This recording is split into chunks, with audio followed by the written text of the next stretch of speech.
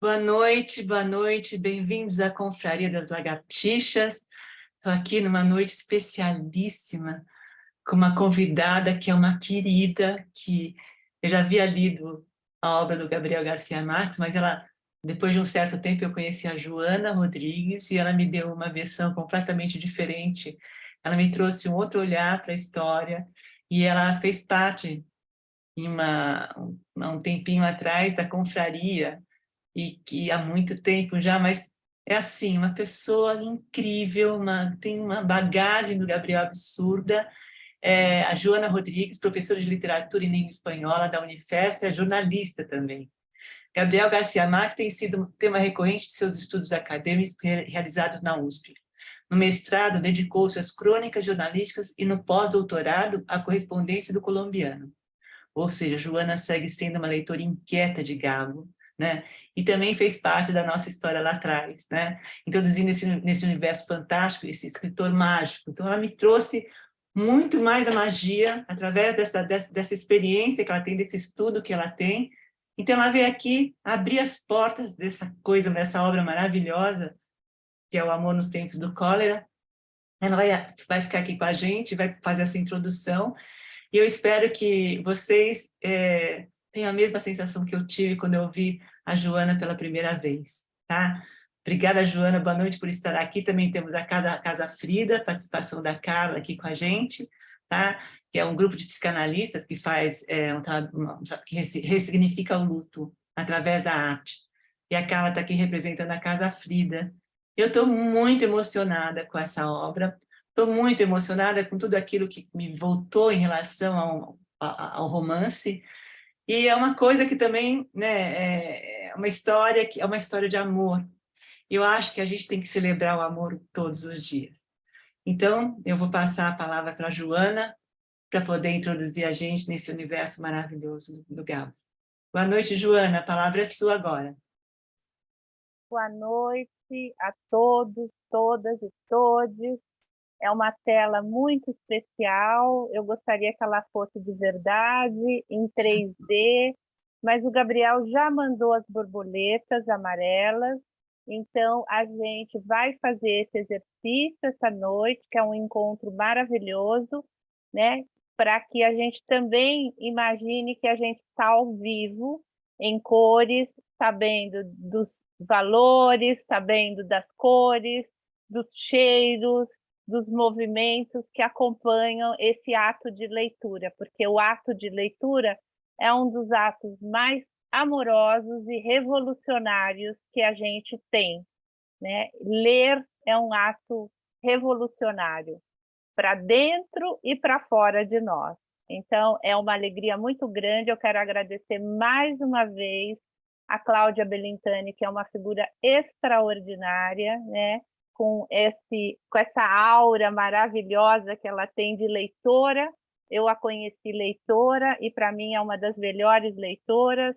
Afora toda essa sabedoria de vida que ela tem, com as cores, com os sabores, com os amores, e dentro dessa rama, né, dessa árvore genealógica de Cláudia Bellintani, a gente tem Carla Bellintani, que está à minha direita aqui da tela, a quem eu saúdo com grande carinho, né, depois de tanto tempo em vê-la aqui. Então, a gente está aqui num dia especial, agradecidíssima. É uma oportunidade para todos nós que somos leitores, cada um com a sua forma de leitura, com o seu jeito de ler, com mais emoção, com menos emoção, com sensações, né? Sensações sempre no plural. A gente passa, então, a adentrar a esse romance, e vou começar aqui por uma porta de entrada. Quando a gente vai para uma obra literária, a gente escolhe uma porta de entrada, né?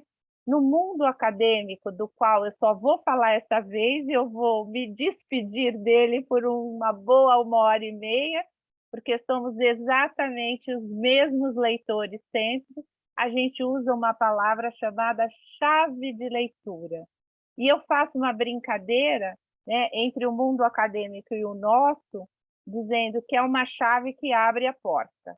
Então, entrar por alguma porta, pode entrar pela janela, pode entrar pelo teto.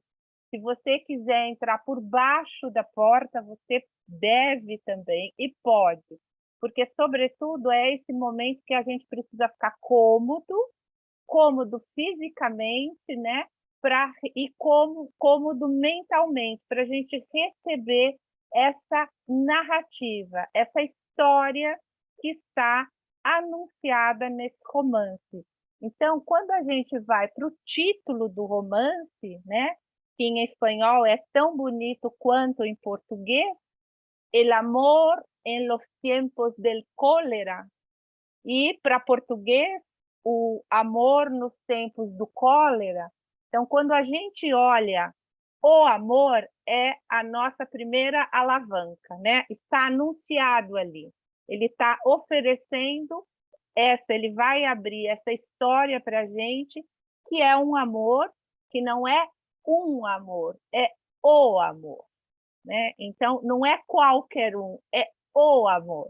E todos nós somos rodeados de amores, mas a gente vai fazer agora essa entrada na porta, não é? Ou pela janela, ou pela cortina, né? E vamos ver esse amor num tempo, né, do cólera. O cólera é uma doença que passa pelos tempos nos outros séculos, para o Brasil talvez nem tanto como para outros países, que marca um momento da humanidade, dentro dessa linha, né, histórica que a humanidade vive, como passamos outros problemas e outras pandemias, como infelizmente passamos há pouco tempo e sobrevivemos, que é outro ato também da gente estar aqui com esta felicidade, né, de sobrevivência, de resiliência. Então, também é um momento da gente ficar feliz, porque passamos e aqui estamos. E ele anuncia como é que vai ser o amor, né? Que amor é esse? Então, é interessante, eu vou fazer um caminho, como a gente, né, pode conhecer um pouquinho essa trajetória da escrita dele, como é que ele escreveu isso e como é que essa história, que é uma grande história de amor, é uma narrativa, e o próprio Garcia Marques sempre afirmou que o mundo só é mundo porque a gente conta histórias, né? Porque o ser humano quer ouvir histórias. O ser humano carece de ouvir histórias. Daí a importância da escuta, por exemplo, né? Que a psicanálise, a psicologia fala tanto.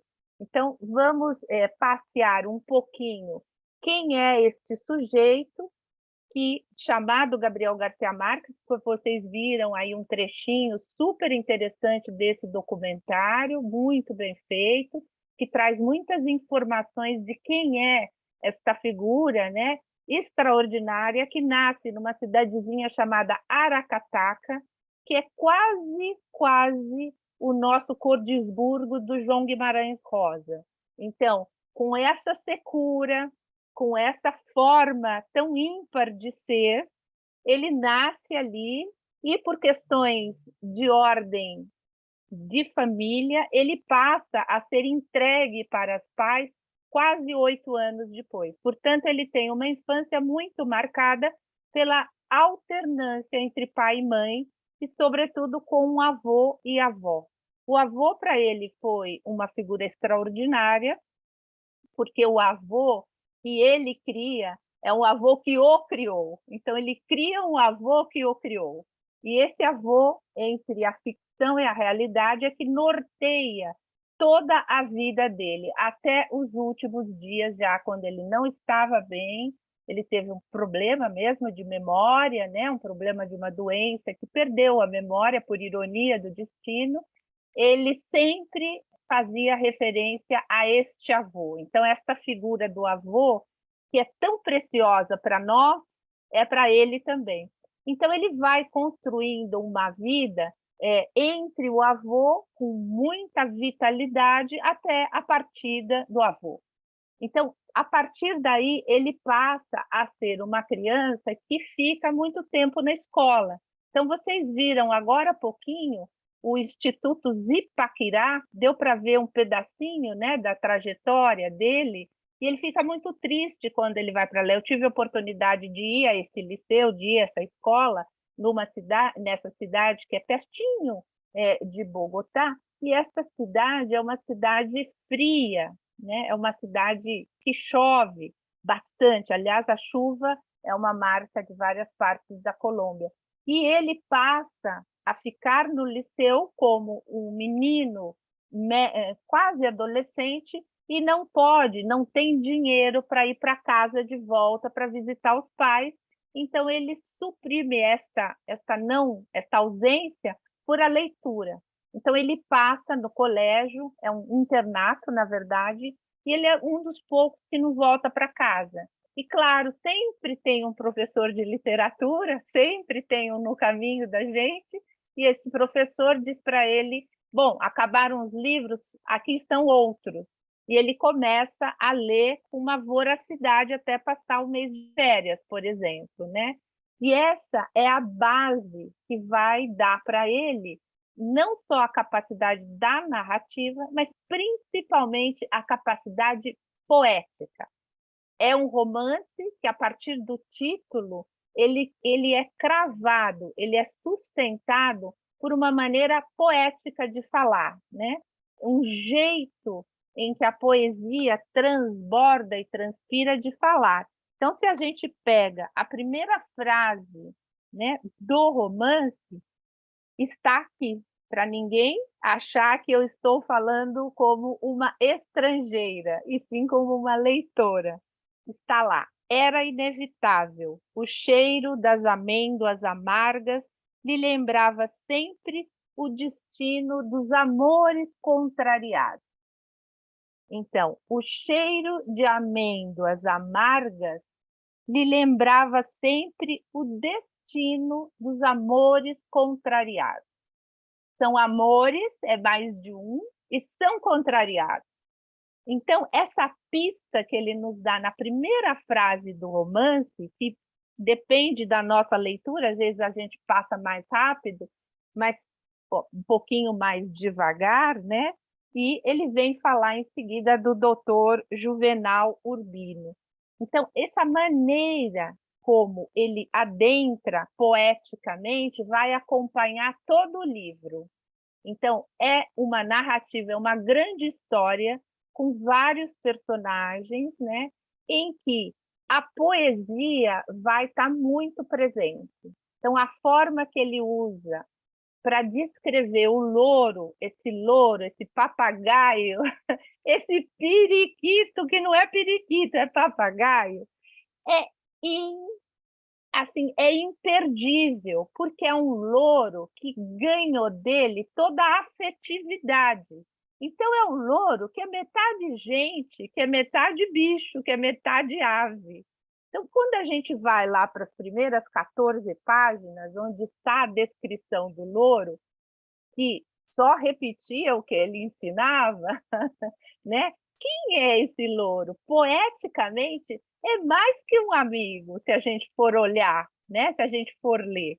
Então, essa capacidade poética é de dar para a linguagem passagens das quais, pelo ritmo, às vezes, da leitura rápida, a gente quer saber o que aconteceu. Quem não quer saber o próximo capítulo? Quem não quer saber se beijou, ou se abraçou, ou se pegou na mão, né? Porque ele vai levando a gente nesse ritmo. Mas ele faz essa levada, ele nos pega na mão e vai levando para essa história com muita, mas muita poesia. Então, são palavras, são frases, né? E vale a pena voltar e olhar nessa capacidade poética dele. Então, para vocês, continuando, para vocês terem ideia, e isso vai ficar como um pequeno cutucão para a leitura que vocês vão fazer, na página 41, e claro, depois é possível a gente ver as edições, né? Ele diz assim: é claro que o incidente lhes deu a oportunidade de evocar outros arrufos minúsculos de outras tantas manhãs perturbadas. Uns ressentimentos mexeram em outros, reabriram cicatrizes antigas, transformaram-nas em feridas novas, e ambos se assustaram com a comprovação desoladora de que em tantos anos de luta conjugal não tinha feito mais que pastorear rancores. Então, uma vida em comum, o que eles fizeram? Mais do que pastorear rancores. Pastorear, que é esse verbo que a gente usa para os animais, né? Que estão no campo. Então, cuidar dos rancores como a gente cuida da ovelha, da vaca. Então, essa é a capacidade deste livro, né? A dosagem, a quantidade de poesia na narrativa é bem maior do que nos outros livros. Então, por que será que ele vai contar essa história com essa carga poética, né? Uma boa pergunta, que às vezes interessa, às vezes não. E ele, dando muitas entrevistas, né? Depois contando muito dessas trajetórias dele, ele vai dizer que este livro é o que ele gosta muito, e talvez ele disse isso, que ele gosta muito mais, em um momento ele disse: eu gosto mais do que de 100 anos de solidão. E os jornalistas são danados, né? Eita, povo danado que gosta de fazer perguntas, os jornalistas, e fica cutucando, né? Aí os vários perguntam: mas por que você gosta mais? Ele diz: porque é o momento em que eu pude carregar essa quantidade poética que eu tenho dentro de mim e que não consegui resolver sendo poeta, né? Então, fazendo aqui também um pequeno parênteses, aparece muita coisa na internet de autoria dele, e definitivamente ele só escreveu uns 2 ou 3 poemas aos 13, 14 anos, justamente nessa cena que aparece desse liceu em Zipaquirá. Zipaquirá é uma cidade estranha para a gente, esquisita num bom sentido, mas tem uma catedral de sal. É uma catedral inteirinha de sal, no subsolo, né? Então, é um lugar que tem uma marca muito colombiana. Então, na verdade, hoje, os estudos dizem: cuidado com a falsa ideia de que ele foi um poeta. Ele é um narrador poético, mas ele nunca fez mais que 3 versos, um deles para uma namorada de sala de aula dos 12 anos, que ele achava a glória, a menina, né? E umas outras 2 por encomenda para publicar no jornalzinho da escola. Isso nós estamos falando na década de 40, né? Então, o restante da poesia dele ficou nessa narrativa. E como é que ele vai fazendo, né, essa narrativa? Ele vai trazendo recortes. Então, ele conta, né, ele começa contando quem é o médico, um sujeito importante na história. Eu prometo que não vou dar spoilers, mas é um sujeito que é um médico dos seus 80 anos. Com 80 anos, a vida toma outro rumo, já passou por outros caminhos, e ela tem uma luz própria dos 80 anos. E é fabuloso como ele traz esse médico. O médico é brilhante, nem tão brilhante dentro de casa, porque ele tropeça, porque de vez em quando ele tosse e a mulher quer dormir. Mas isso não é porque ele tem 80 anos, isso é porque é do ser humano, não é? Bom, e ele se gaba, o doutor Urbino, né, que ele tem uma característica que ninguém tem, que ele consegue se trocar no escuro. Então, em algum momento, alguém pergunta para ele: o doutor Urbino, porque é o médico da cidade, qual a sua marca mais importante? Ele disse: eu consigo me trocar no escuro. E se eu consigo me trocar no escuro para um médico que dedicou toda a sua vida, né, para a medicina e cuidar do outro e da vida do outro tem muita simbologia, né? Ó, se eu consigo me trocar no escuro, então eu não preciso da luz. Se eu não preciso da luz, como é que eu lido com a luz? Né? Então, essas intervenções que parecem pequenas, mas elas vão se agrandando, elas vão se estendendo durante a narrativa. Elas vão dando esse brilho diferente para esse romance que vai acontecer a partir, então, de não mais este personagem. Dr. Urbino tem uma participação pequena no romance e segue a história definitiva, uma história de amor. Não que o Urbino e a sua mulher não tivessem uma história de amor. É uma excelente pergunta, né? Nós, leitores. Mas, afinal, o que é uma história de amor? Né? Amor, o que é essa história? Então, ele nos coloca também nessas indagações.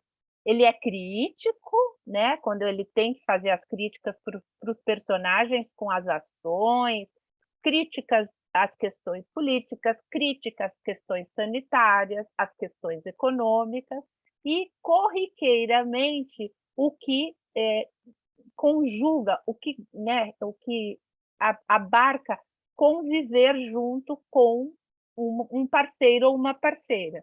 Então, são dois momentos, né, muito interessantes. O Juvenal, que é um médico, ele passa, então, por uma outra etapa, nos deixa e passa a dar protagonismo para o outro homem, né?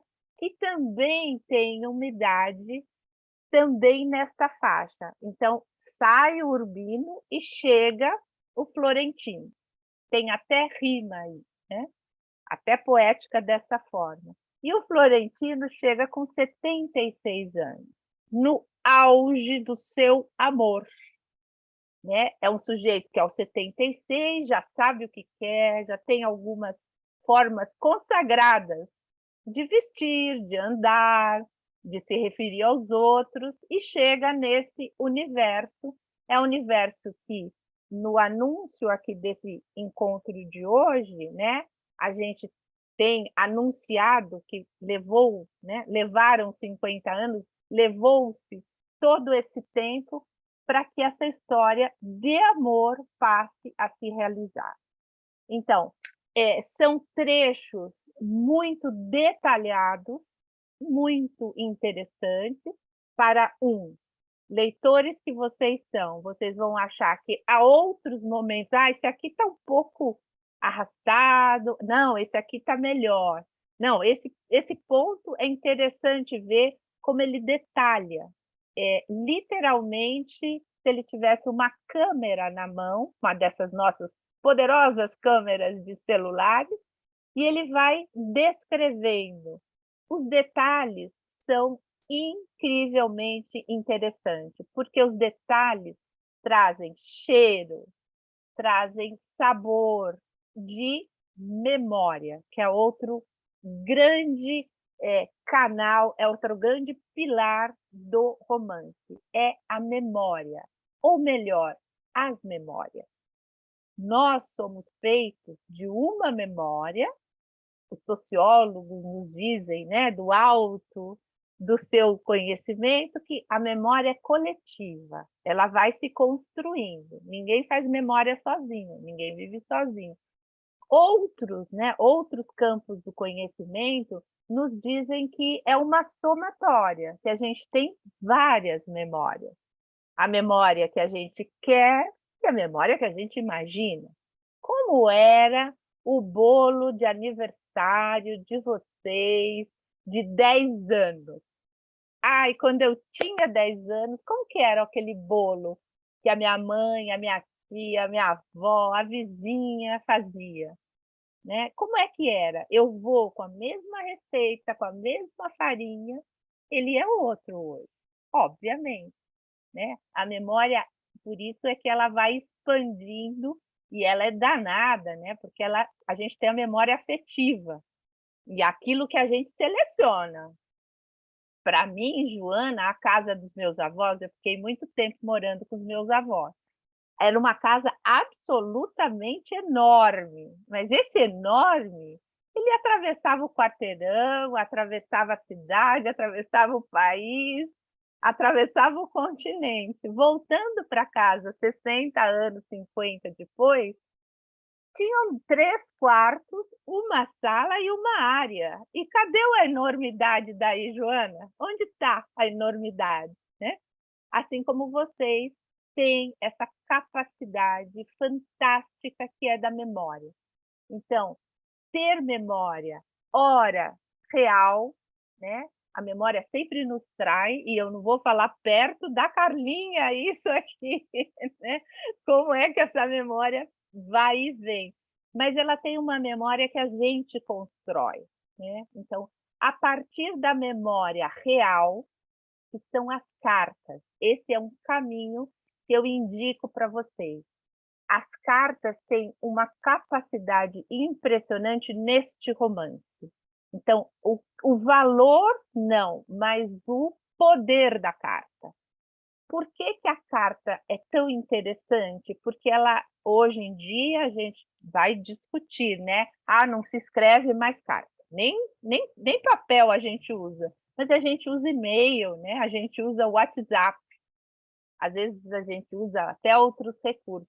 Mas por que que é interessante pensar o romance por outra porta, pela porta das cartas, né? Porque a maior quantidade de cartas possível numa obra. E as cartas começam de uma maneira muito singela, como o personagem é singelo. Então, ele se enamora da pessoa, da esqueci o nome dela, gente, da Daza, da Firmina Daza, né? Isso mesmo. Firmina Daza. Firmina Daza. Ele se enamora, o Florentino se enamora de uma maneira, claro que vocês vão conferir, né? E ele começa a anotar 2 palavras, depois passa para 3. Depois isso vai tomando o volume do amor que ele vai sentindo, aquele amor ainda adolescente. E ele vai passando a engordar essa carta.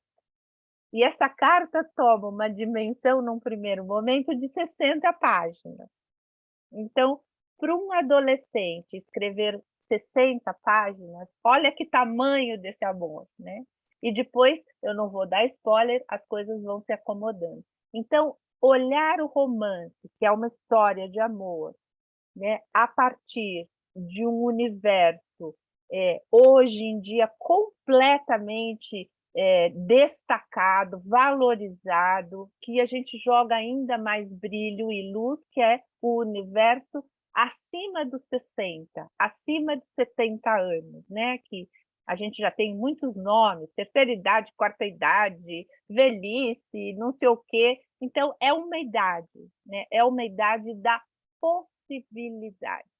É uma idade que é possível amar com mais de 60, com mais de 70, com mais de 80. O romance nos diz categoricamente, sim, sim, o amor, mesmo no tempo do cólera, onde dizimou muita gente, a doença tirou a vida de muita gente, mas é um momento histórico, né?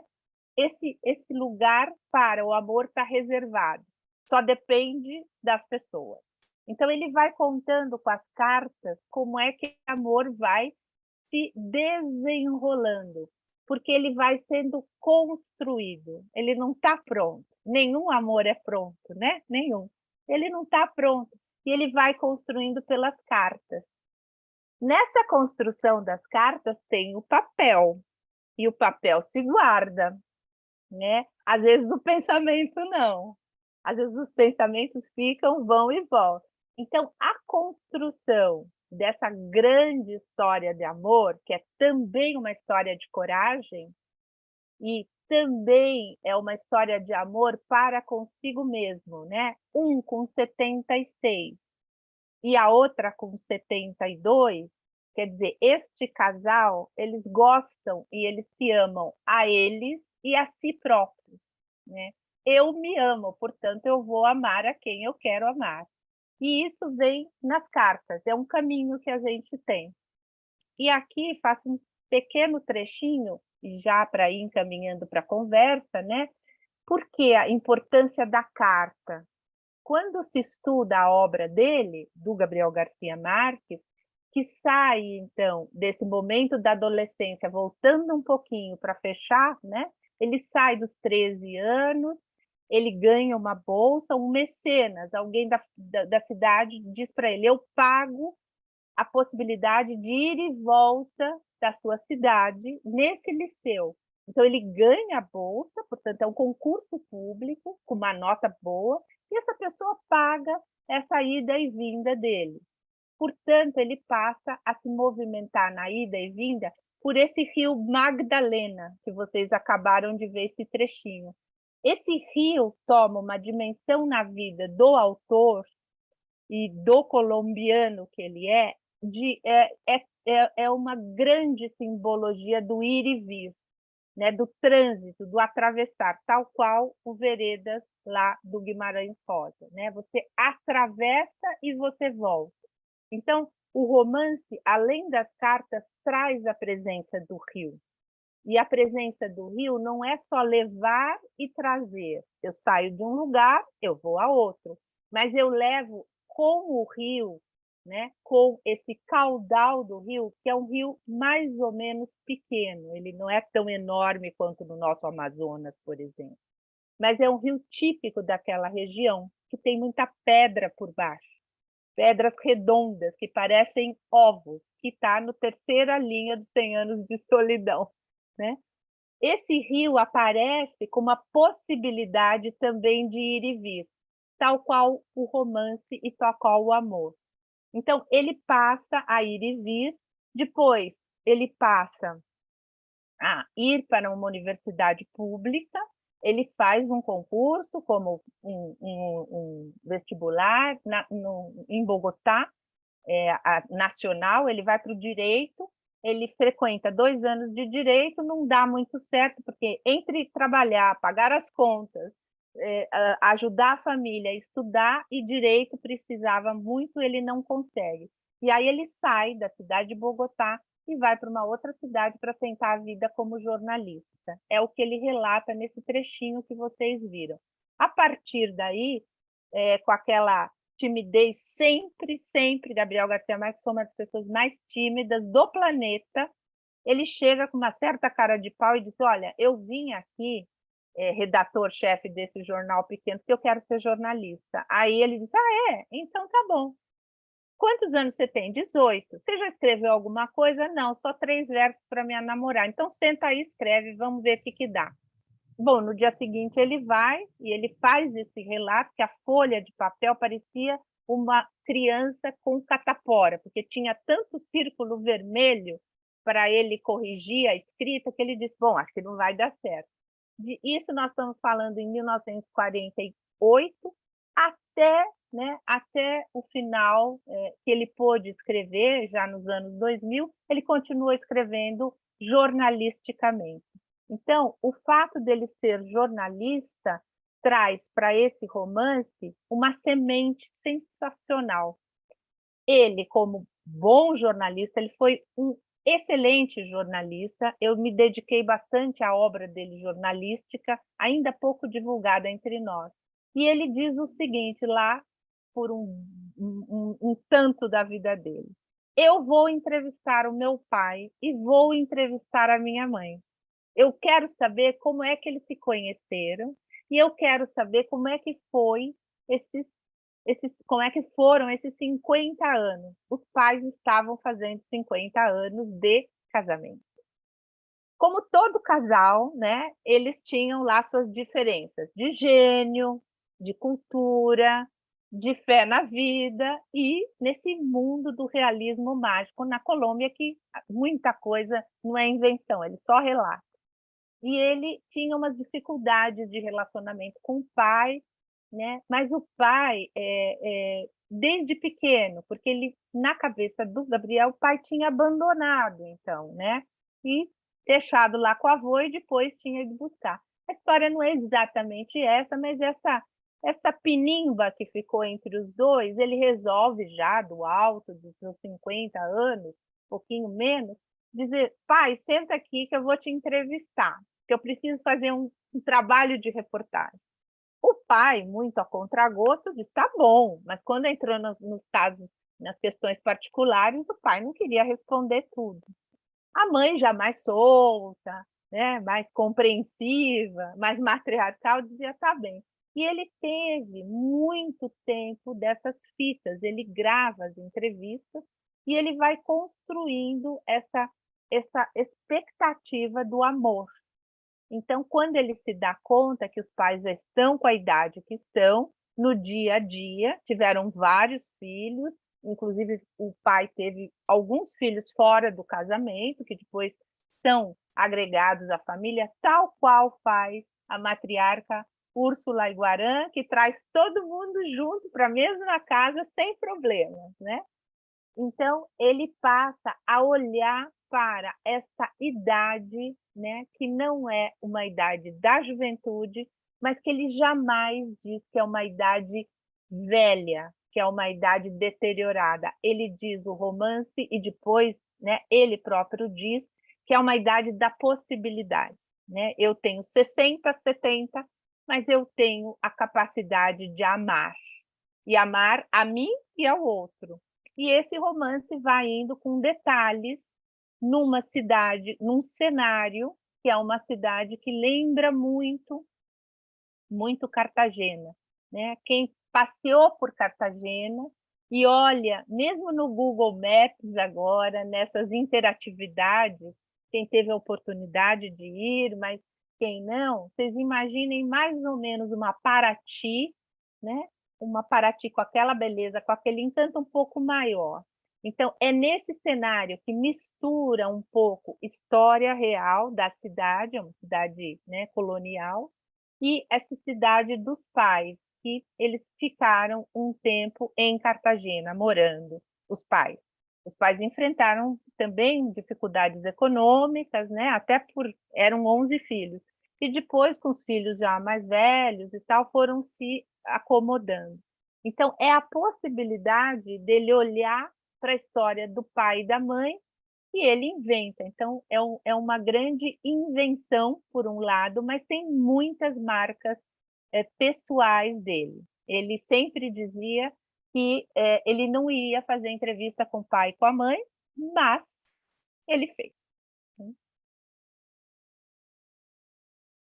Então, é um pouquinho dessa trajetória que vai acompanhando essa tessitura, né, essas camadas do texto, e tem momentos de muita ironia. É outra marca do autor, né? Ele foi um sujeito muito irônico, né, de tirar um sarro, de tirar uma da cara de muita gente. Das autoridades, quando precisa fazer crítica, ele faz, né? Questões sanitárias, veja, o cólera, né, é uma doença que até hoje causa muitos resultados negativos, mas ele sempre criticou. E ele tem uma outra capacidade que aparece muito no romance, é de entrar nas casas. Então ele se mete na cozinha, ele vai ver como que é o banheiro, ele descreve através das ações, né, o que nós todo dia pensamos e que a gente às vezes não fala. Então, ele vai construindo os pedaços da casa, os pedaços da cidade, né? Esse rio que atravessa e volta, num movimento muito interessante, porque aí ele dispara, né? Aí esse amor leva e vai levando, até um final espetacular também, né? Dessa narrativa, em que vocês vão acompanhando. Eu acho que para a gente começar um pouquinho, para eu não ficar falando tanto mais, né? Vamos ver agora o que vocês trocam, conversam, perguntam, fiquem muito à vontade, porque É uma noite especial, então quando a noite é especial, pode tudo.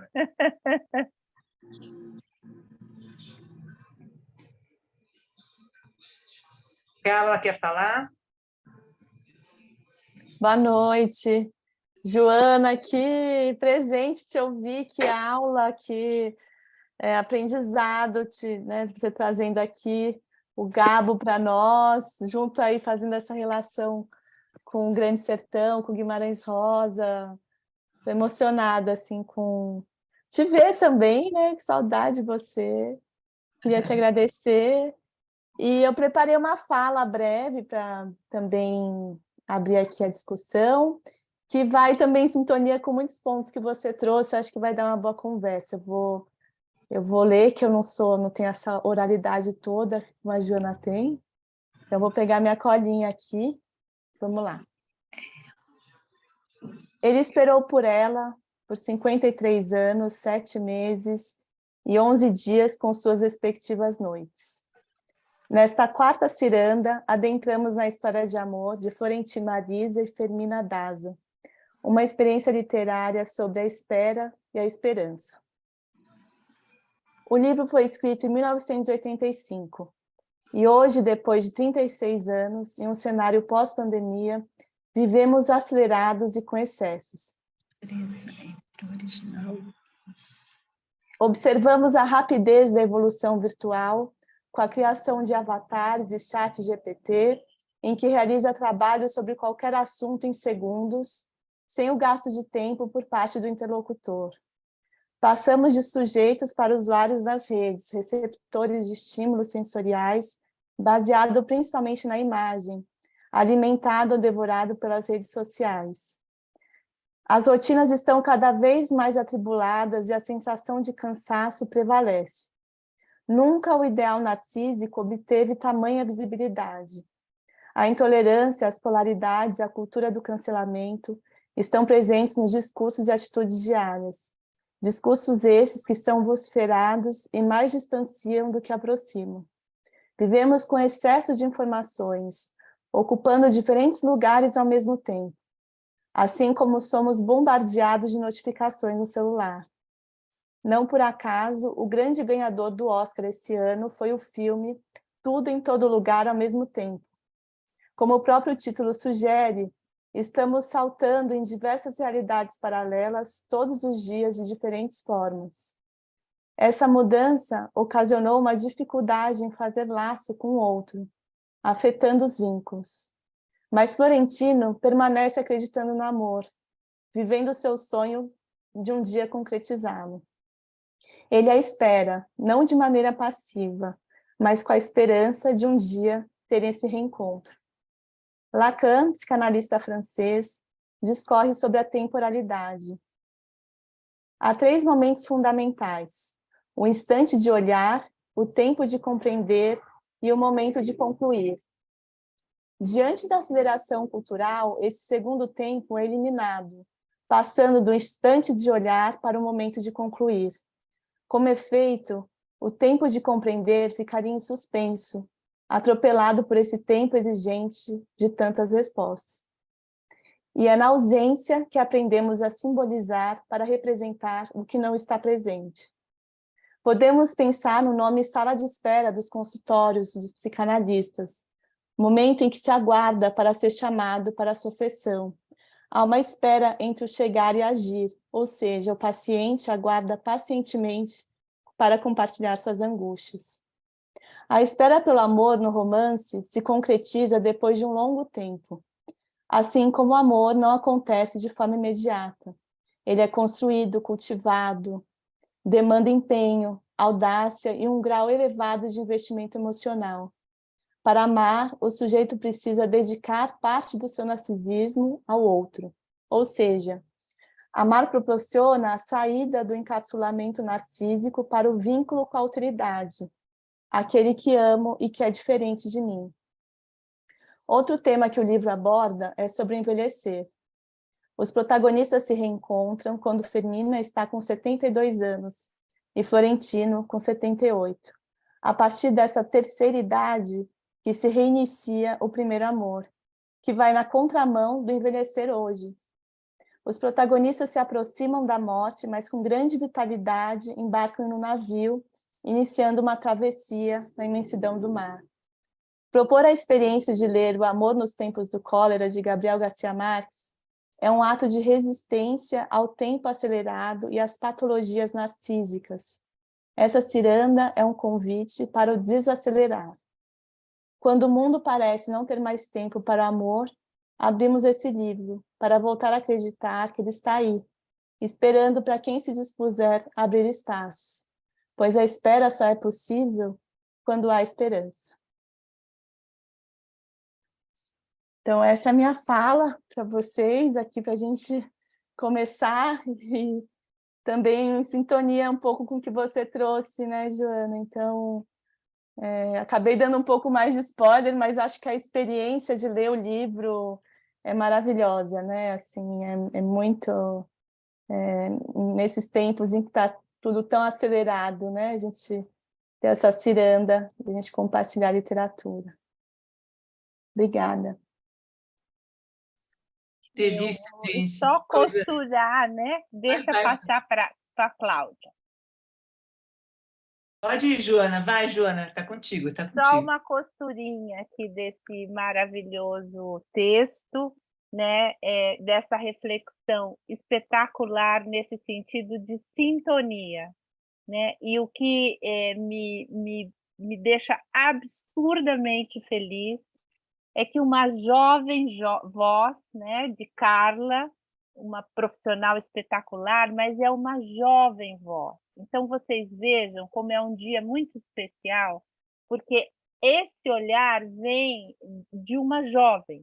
Então, o que esse olhar está nos dizendo, que todos aqui também somos jovens nesse sentido de sofrer com esse mundo de hoje, esse sofrimento tecnológico que a Carla tão bem nos contou, mas essa possibilidade, né, de reviver, de rejuvenescer a partir desse deixar de lado o narcísico, né, que talvez seja um apelo fundamental, e que ele, Garcia Marques, sempre teve esse apelo. Então, entre os apelos embutidos do livro, Carla, está essa questão, porque para ele, para o Garcia Marques, o Narciso não tinha mais espaço, ele precisava desaparecer, né?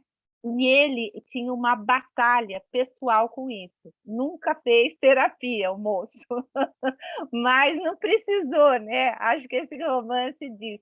E era, coincidentemente, com a fala brilhante, maravilhosa, que me deixou muito feliz, cara, esse lado dele que a gente nunca pôde falar, né? Essa busca, porque ele queria tirar de lado essa figura narcisística que nos acompanha. Mas espetacular. Passo a palavra para vocês, queridos. Olha, estou emocionada, muito emocionada com a tua presença, Joana, com a tua fala, Carla, e com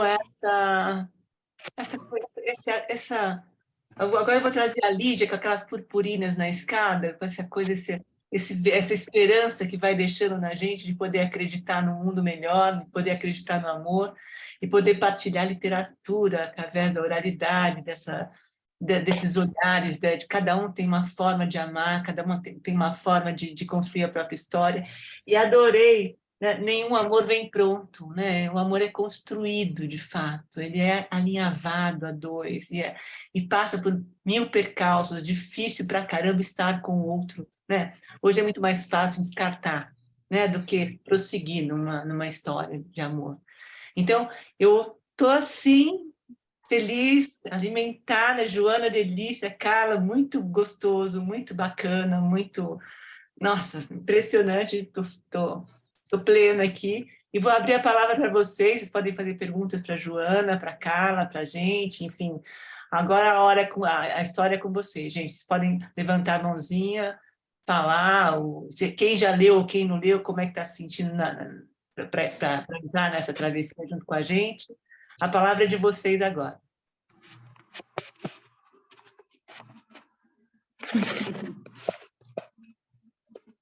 Oi. Boa Posso noite, falar? Leila. Boa noite, Leila. Bem-vinda, Leila. A palavra é sua. Pode falar. Eu li o livro em espanhol. Tá ouvindo? Estou te ouvindo, Leila. Estou te ouvindo. Eu li o livro em espanhol. Eu queria saber se há diferença no original, do original para a tradução no português. Excelente pergunta, Leila. Muito obrigada, porque nos traz dois aspectos. Primeiro, a língua espanhola, ela tem uma cadência, uma fluidez que seria completamente hipócrita da minha parte, que sou bilíngue em espanhol, dizer que é a mesma coisa, né? Então, essa forma de usar essas palavras poéticas, o Gabriel, em particular, os adjetivos, na língua espanhola tem uma diferença, porque a língua espanhola tem uma sintaxe, palavra difícil, né? Mas a sintaxe é aquele jeito que o trem se conecta com um vagão e o outro, né? Então, a sintaxe da língua espanhola, ela é outra, porque ela tem outra potencialidade. Na língua espanhola, a coisa é mais importante do que a pessoa, né? Então, por isso é que o Gabriel faz da língua espanhola uma fluidez diferente. Então, ele está no ambiente propício para fazer essa forma, né? Por outro lado, nós tivemos o privilégio, que é uma das obras-primas da tradução dessa edição que vocês devem ter, né? Que simplesmente foi traduzida, a minha é Antilinha, tá?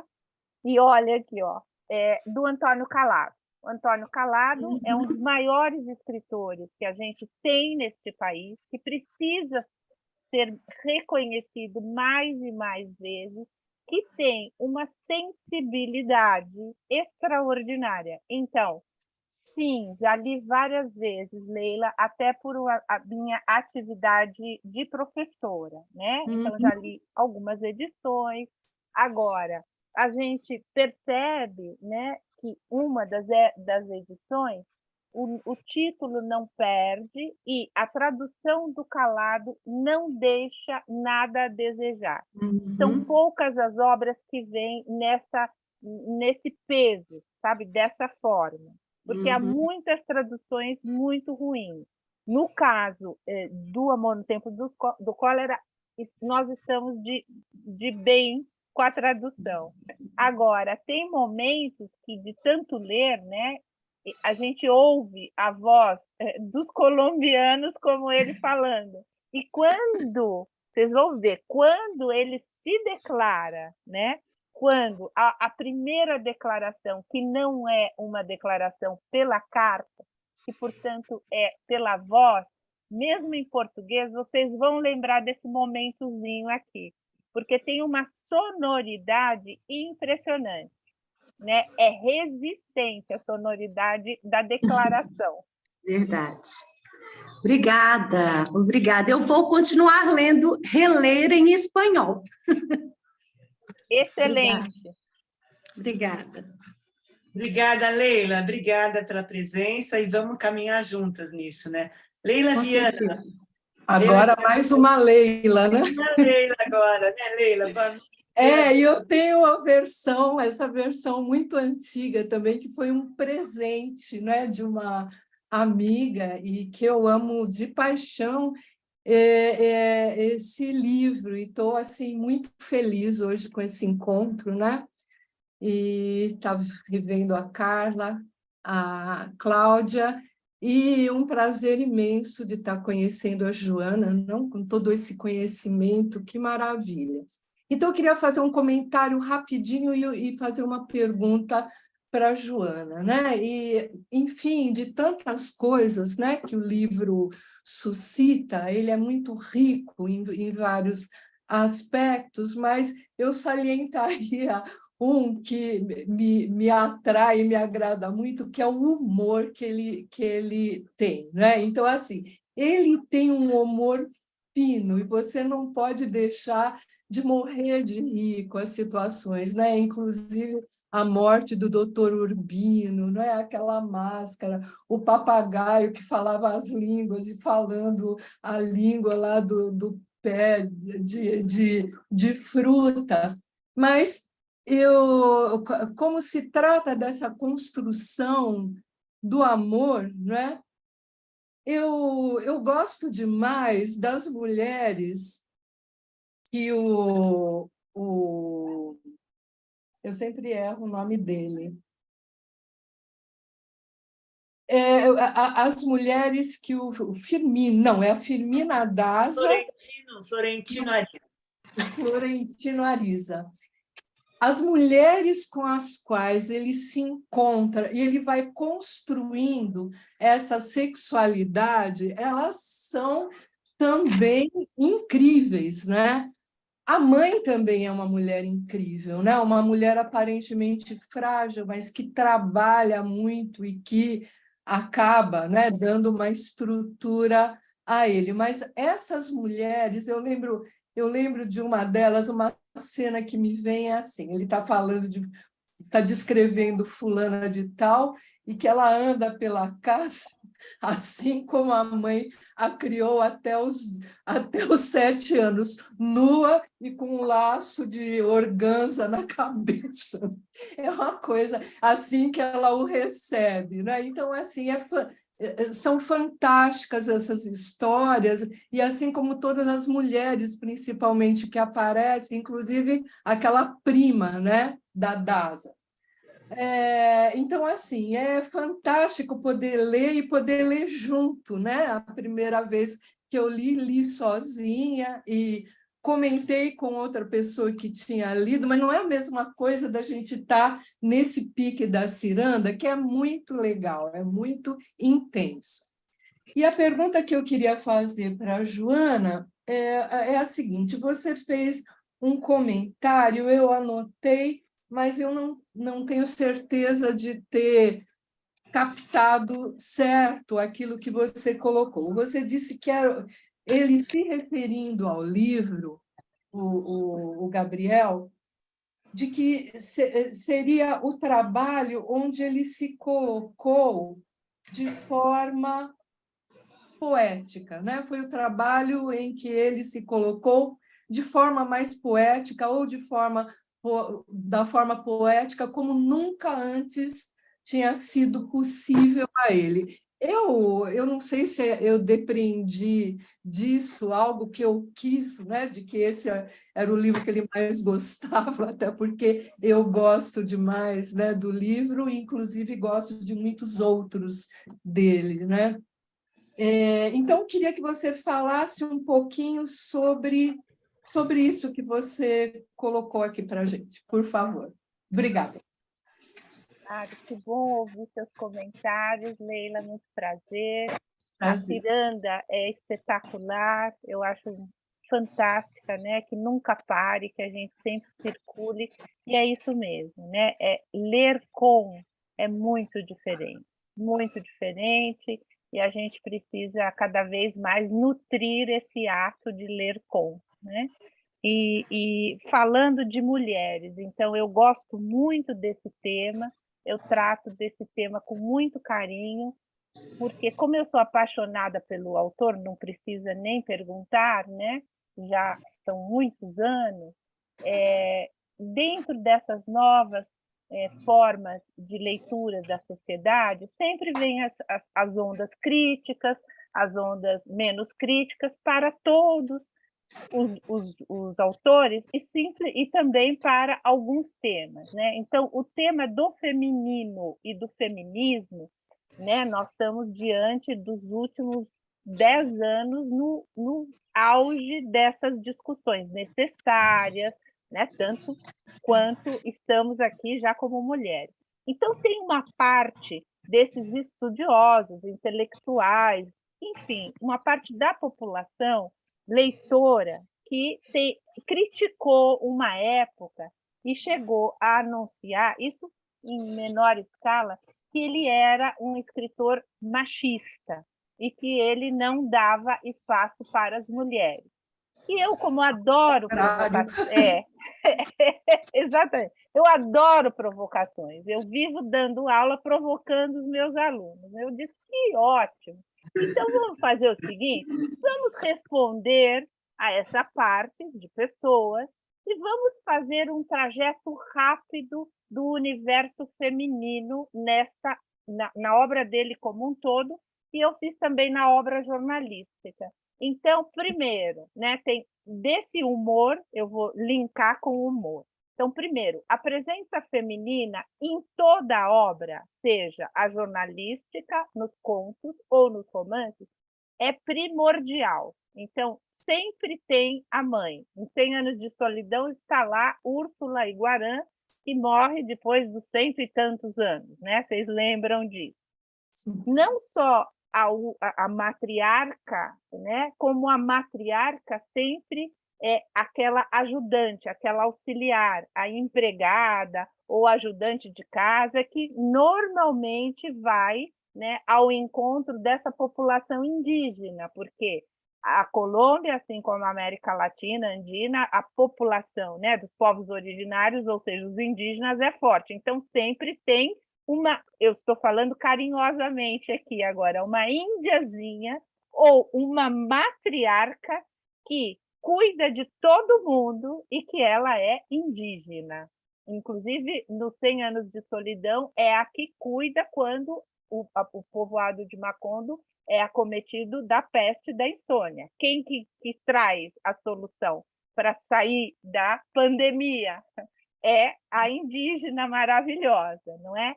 Bom, depois, essas figuras que você tão bem traz, e ele traz essa figura de andar pela casa nua até os 7 anos, dentro, primeiro, de uma liberdade. Segundo, tudo bem, aqui não somos também ingênuas, né? Não tinha condição de, talvez, comprar toda a roupa necessária para a época e para aquela determinada família. Mas não tinha problema nenhum, porque, além de nua, ela era enfeitada, ela era adornada. E qual é o adorno melhor que uma criança e uma menina têm? Que mexe com o cabelo. Sim. E o laço é um laço daquele tamanho. A gente está lendo, mas todos nós estamos fazendo um movimento, inclusive como a gente estivesse com ele aqui, né? Sim, sim, um laço enorme na cabeça. Né? Então, essa presença feminina, ela vai mais além. Né? Em 100 Anos de Solidão, a iniciação sexual de um dos tantos filhos é absolutamente realista. Né? É aquela mulher que inicia alguns elementos daquela família. Essa iniciação sexual do Florentino, ela vem com o que era de realidade, para o tempo dele, para o espaço dele e para as condições econômicas dele. Então, nesse momento, ele é realista e dá espaço para todas as mulheres. A viúva, né, do Santamor, né, que morre, que é o primeiro defunto que aparece, ela é uma viúva descrita, né, com um olhar feminino. Quando a primeira vez ele morre, Epaminondas, não, Jeremias Santamor, que é primeiro, né, um dos primeiros descritos ali que ele morre. Muito bem, ele vai e descreve aquela mulher, uma mulher simples, mas uma mulher que tem volúpia, essa volúpia caribenha, na cor, no formato, na maneira de colocar rosa no cabelo, né? E por aí vai. Então, até a Fermina. A Fermina tem uma construção de personagem que a gente, ironicamente, né, porque ele é irônico, né, ela é difícil, a moça. É uma moça difícil. Mas, em nenhum momento é descrita nem construída, ela sempre está lá em cima, ela é sempre protagonista. Sim. Ela é dona da cena, ela é dona da casa dela. Ela que toma a conta, ela que se expande. Então, para mim, no meu ponto de vista, já discuti isso em congressos, ao contrário, ele dá muito espaço para as mulheres. E não é espaço idealizado. Há falas, há mulheres que falam, que entram em cena, que brigam pelos seus filhos, pelos seus direitos, neste e nos outros romances, né? E a Firmina, ela é poderosa, porque ela é dona de um gênio, né? Ela tem um gênio, um temperamento, como dizem os espanhóis, mas ela é assim. Então, essa questão do feminismo e do feminino, para mim, é super bem resolvida. É só a gente ir atrás das personagens femininas. As tristes putas, por exemplo. Né? Que a gente, né? O que é aquela proximidade com aquela menina? A menina é uma menina que se dedica à prostituição? Depende do ponto de vista, mas é uma menina, né? Então, e como ele traz? Então, é interessante. Agora, eu vou contar aqui uma pequena passagem que agrega humor e mulheres. Ele era de uma ironia requintada, finíssima, de um humor maravilhoso. E nas crônicas, eu trabalhei muito com as crônicas, portanto, textos escritos para os jornais. Ele diz lá pelas tantas que ele adorava sexta-feira na crônica. Um dos momentos mais legais é sexta-feira, porque todo mundo vai beber, vai comemorar e tal, né? Hoje sextou, mas o que ele gostava muito é de poder, se ele pudesse, deixar sempre a sexta-feira sempre para as mulheres, porque as mulheres cuidavam de tudo na casa dele, porque ele admirava que na casa dele, desde a infância até o casamento, as mulheres deveriam mesmo tomar conta da sexta-feira para dar festa, porque na casa dele nunca faltava papel higiênico. Ele diz isso no texto. Ele diz, graças às mulheres, a minha casa nunca faltou papel higiênico. E as primeiras cenas deste romance é uma encrenca, é uma ranhetice do Urbino, que toma banho 3 dias sem sabonete. Como assim? Você, mulher, não pôs o sabonete no banheiro, né? Assim? Sim. E fica uma pinimba entre os dois. Um não quer torcer, outro não quer torcer, né? Porque assim, ele, Urbino, não pode botar o sabonete lá que está faltando. Agora, a obrigação dela, ela também esqueceu, e ele não quer dizer. Então, esse momento de como ele vai trazendo esse universo feminino, ironicamente, num conto, aquele conto, O Rastro na Neve, né? Meu rastro, esqueci o primeiro nome, é o Rastro... Rastro do Teu Sangue na Neve. Como ele constrói a Nena da Conte.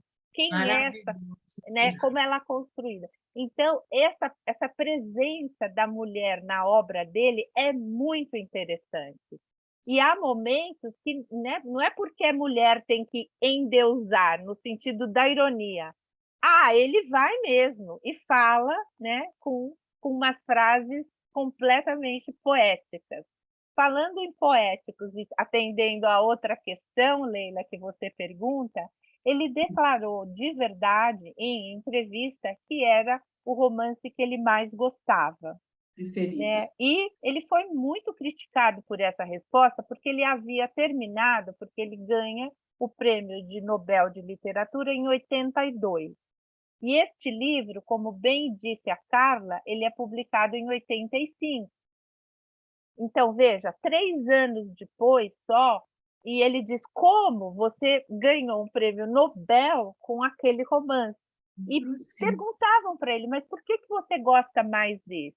Então, ele dizia, e está lá na entrevista, que é por conta disso, por conta dessa possibilidade de, primeiro, reconstruir o amor.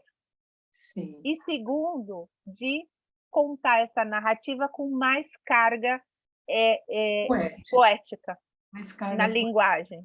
Sim, fantástico, nossa, maravilhoso, muito obrigada mesmo, maravilhoso. A Nena da Conte está nos 12 Contos Peregrinos, O Rastro do Teu Sangue na Neve. Essa foi a minha... Quando eu conheci a Joana, foi esse conto que a gente discutiu. Aí eu fiquei louca, muito bacana, muito bacana. Quer dizer, ela virou do avesso o conto, né? A gente tem uma visão do processo, e nós já discutimos na confraria também. Eu fiquei nossa, tatuada com a história da Joana em mim. Gente, podem perguntar mais, quem quer falar mais, pode levantar a mão. Quem não conseguir levantar a mãozinha, só dá um oi aqui, ou fala num bate-papo que eu aciono. Mais alguém quer falar? Acompanhando aqui, né? Agora estava rolando o chat, Sérgio. o Jorge Ramon diz assim: amêndoas amargas, a Lígia usou também? Cadê o Jorge? Tá aí?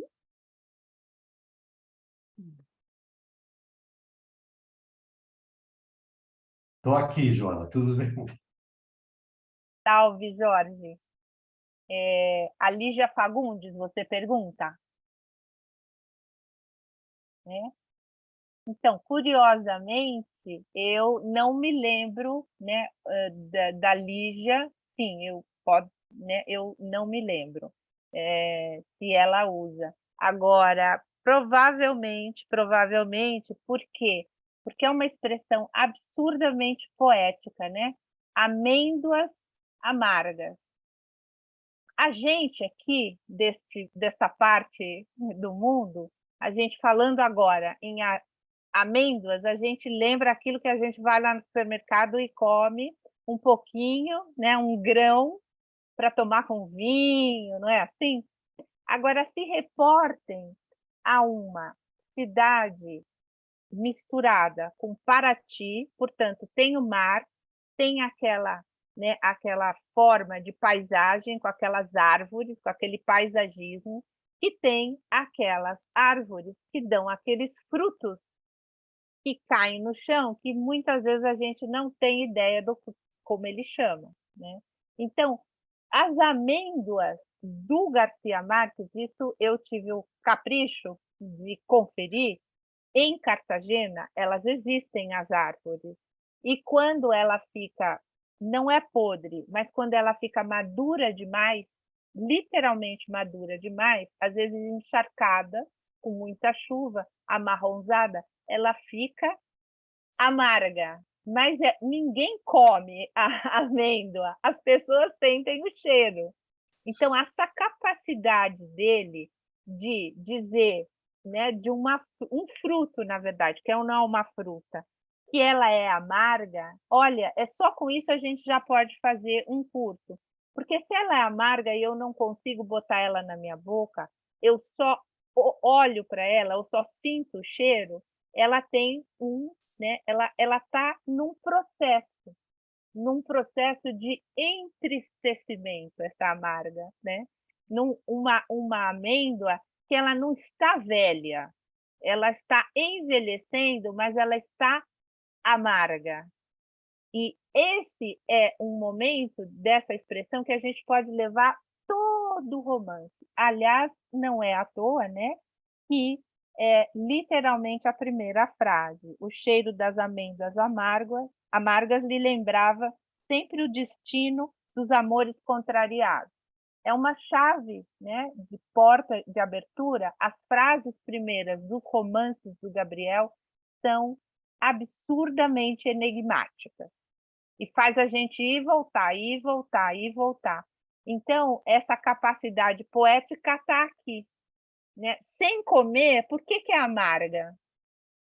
Porque ela fica solitária, né? Porque ela vai envelhecendo, ela fica jogada no chão, ninguém quer mais saber dela.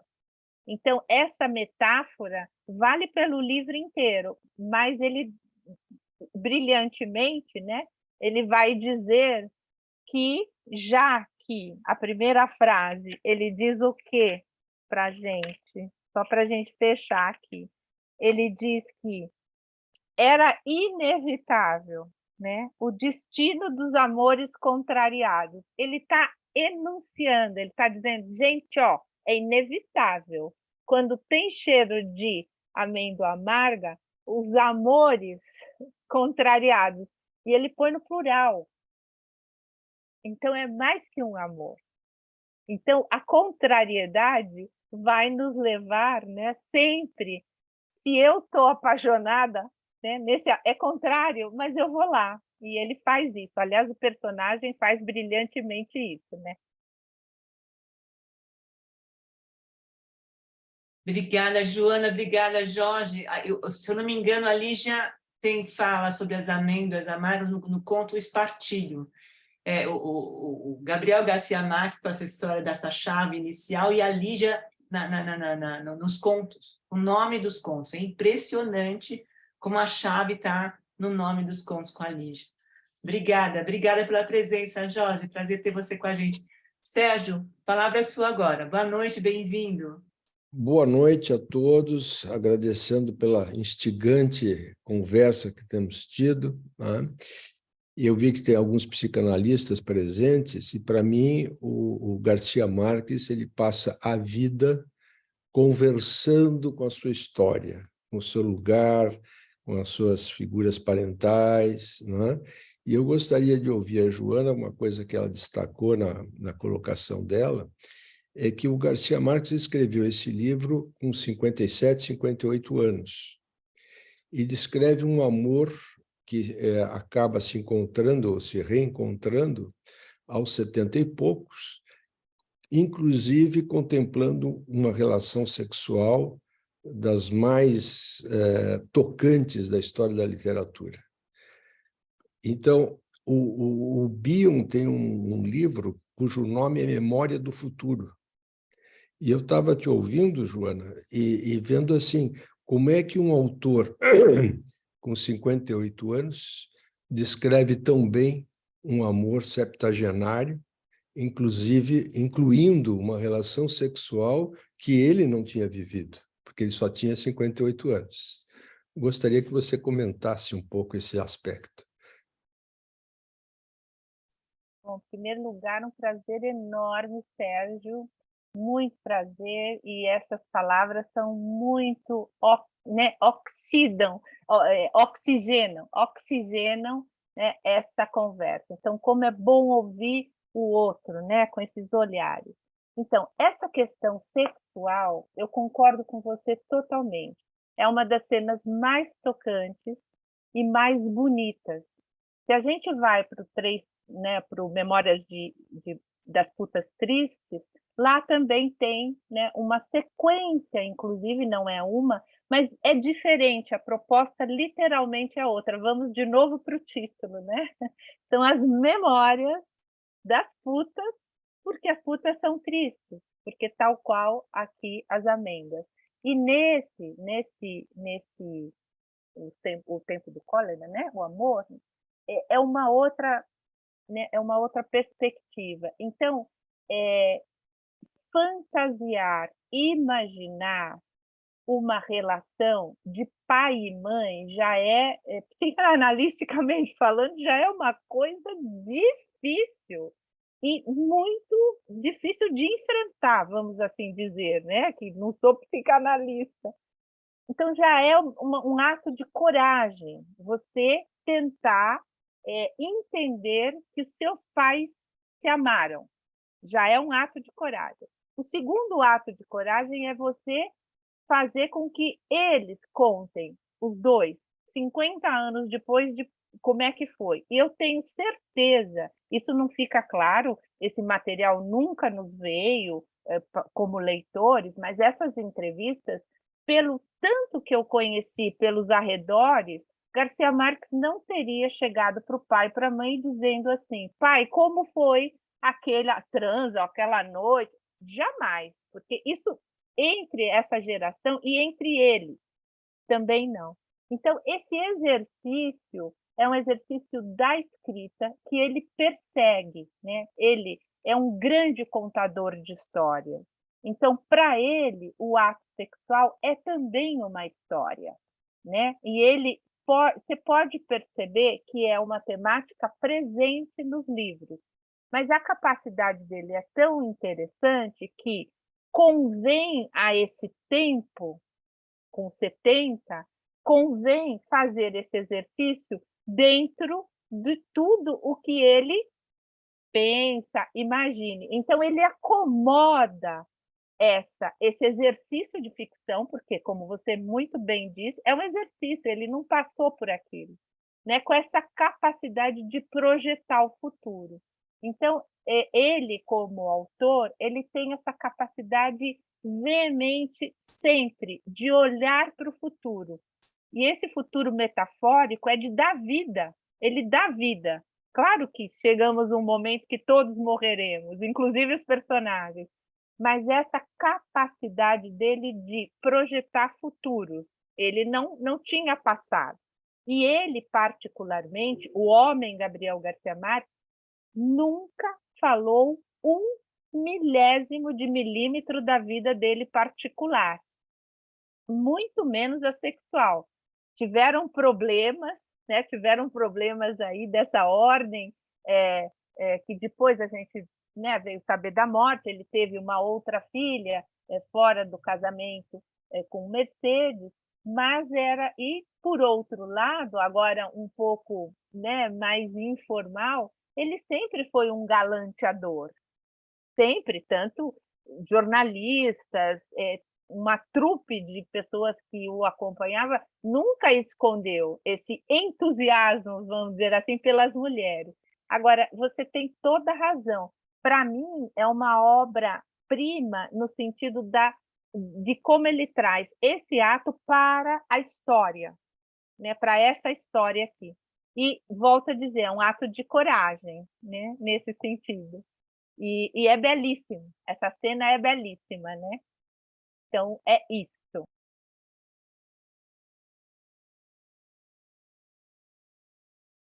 Acho que tinha algumas coisas aqui no chat, né? Eu parei aqui. Essa referência à amêndoa é muito metafórica e simbólica.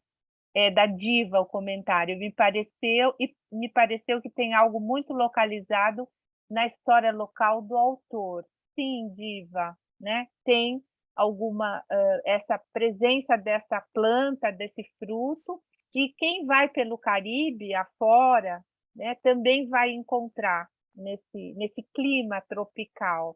Se elas são as amêndoas amargas não são tóxicas, que eu saiba, não, mas eu também não vi gente comendo assim, sabe? Comendo, não vi, né? Que mais que tem aqui? De acordo com o tio Google, da Suzete, ontem fui confirmar a lembrança que tinha, elas possuem ou metabolizam o cianeto. Excelente, Suzete. Que delícia te ouvir. Joana, o Adalberto também sobe um pouquinho. Tá, o Adalberto, ele fala aqui que, lembrando que cólera é ira, raiva, também, e em muitas línguas é uma palavra feminina. A potência do feminino sobrepondo ao amor, que é considerado patético pela personagem principal. Florentino só recebe de volta, durante meio século, desprezo e cólera por parte da amada. Sensacional esse comentário, sensacional. Guardem os comentários, né? Guardem para a gente fazer outra história. A gente vai juntar esses comentários e pode fazer uma história que a gente está construindo aqui. Exatamente, olha que interessante, né? Essa coisa do cólera, da cólera.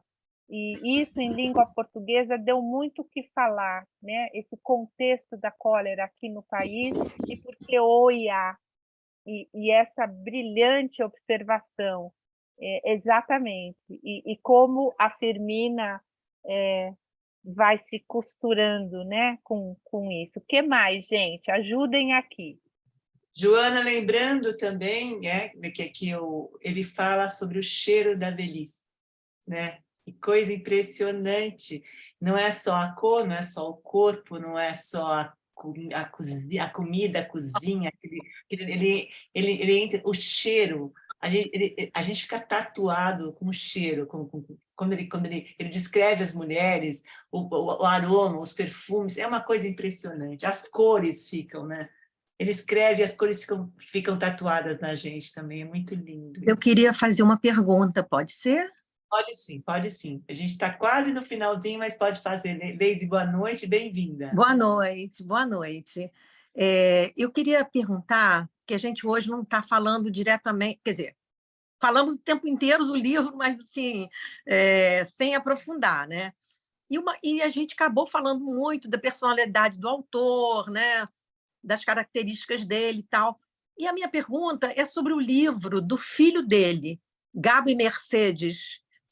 Vocês acham que ele, de alguma forma, contribui para a gente entender melhor a personalidade do Gabriel?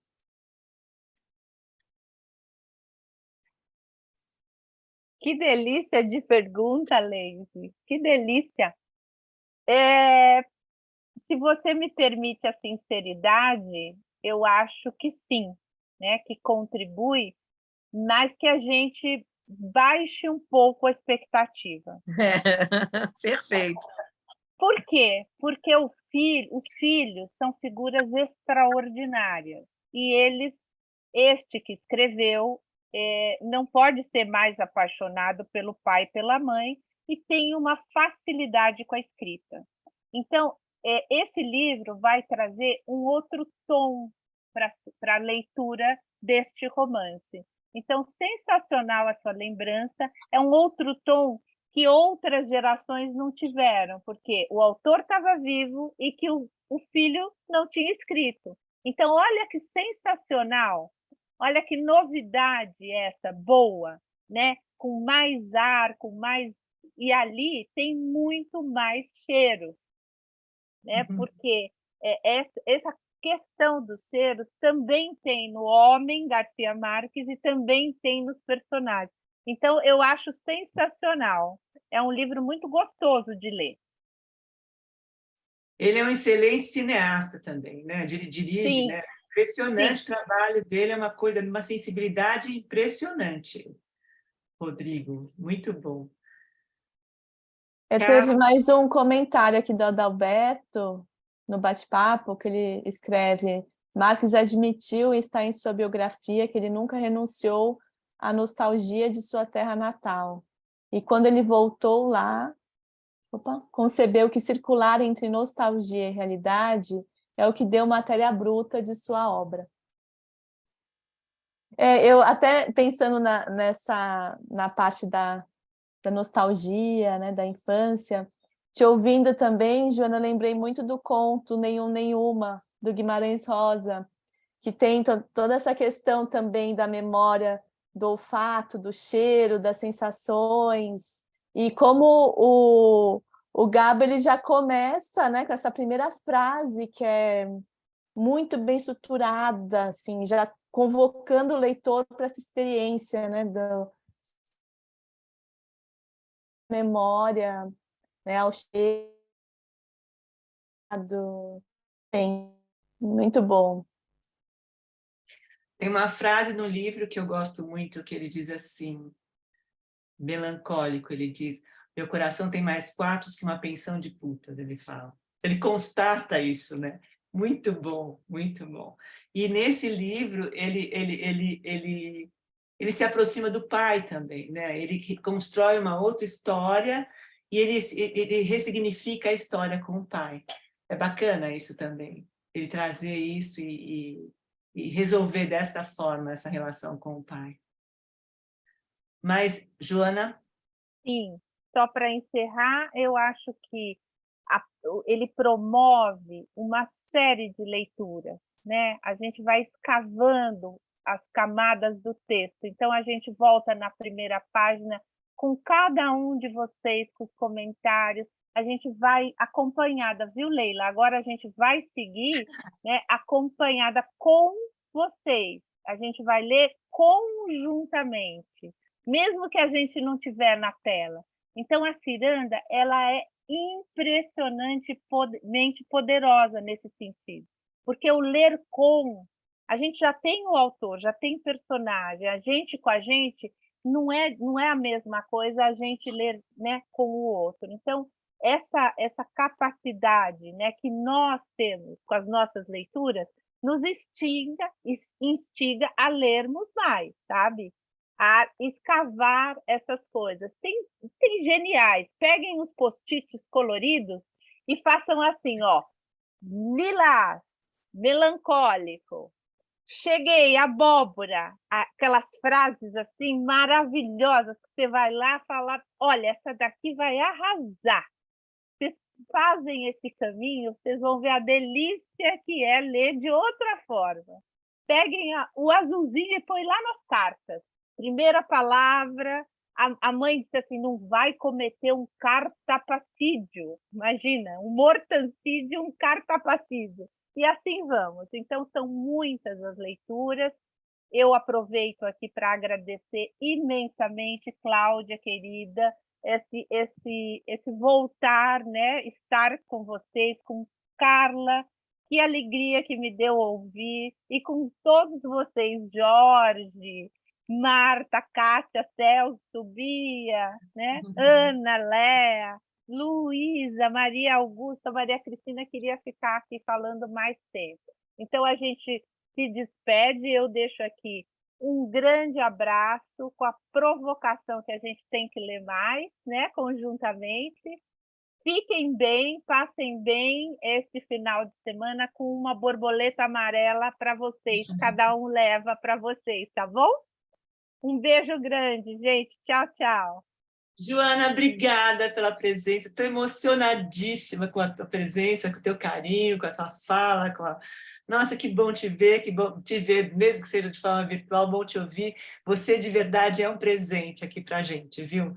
Olha, está convidada a caminhar nessa história junto com a gente também. Se você puder aparecer de vez em quando, eu vou ter... Nossa, vai ser muito bom para todo mundo, tá bom? E, gente, e a Carla colocou o link, lembrando que a gente tem uma contribuição, né, na história do livro para poder ajudar a gente criar essa estrutura do processo. Então, a Carla colocou o link do Catarse. Não vai estar no site ainda, porque vai para o ar amanhã. Nós tivemos um probleminha lá. Então, o link da Catarse está aqui, se quiser colocar de novo, Carla. Mas amanhã já vai estar pronto para que vocês possam entrar. Então, gente, é isso. O próximo encontro vai ser no dia 18, não vai ser na última quinta-feira, vai ser na penúltima quinta-feira, porque a gente teve uma agenda, um problema de agenda.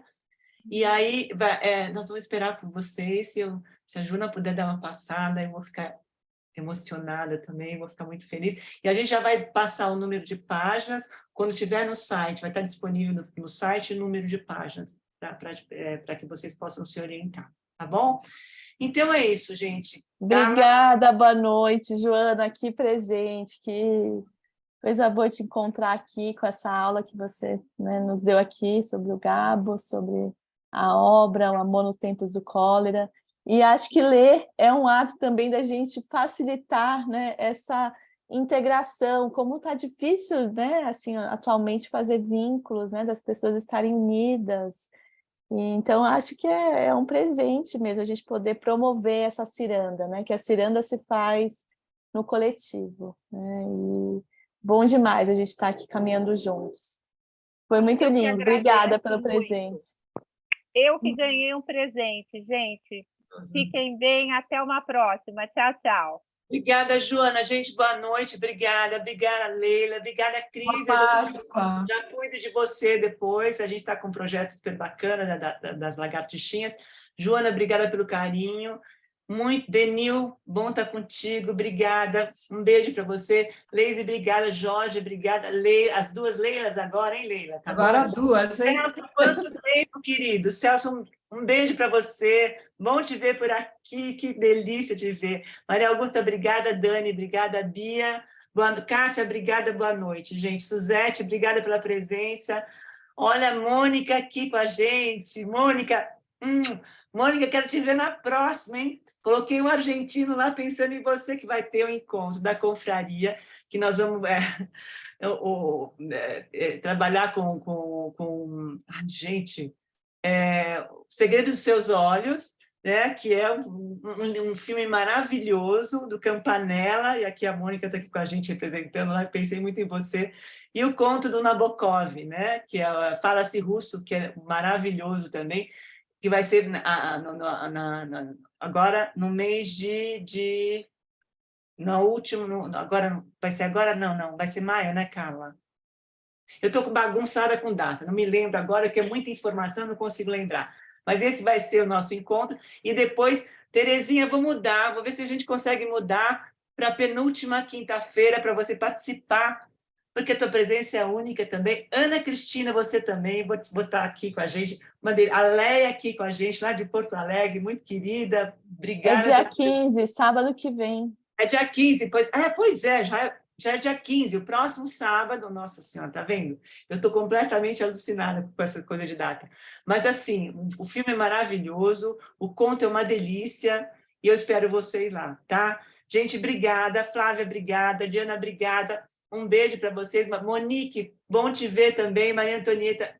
Joana, um beijo para você, gente. Boa noite. Marta, beijo para você, querida. Obrigada. Tchau, boa noite. Obrigada. Tchau, gente. Boa noite. Terezinha, eu vou mudar, hein? Vou ver se eu consigo mudar para você estar com a gente. Tchau, Flávia. Adalberto, obrigada, gente. A Márcia também está aqui. Obrigada, gente. Uma boa noite para vocês. Boa noite. Beijo. Tchau, gente. Obrigada.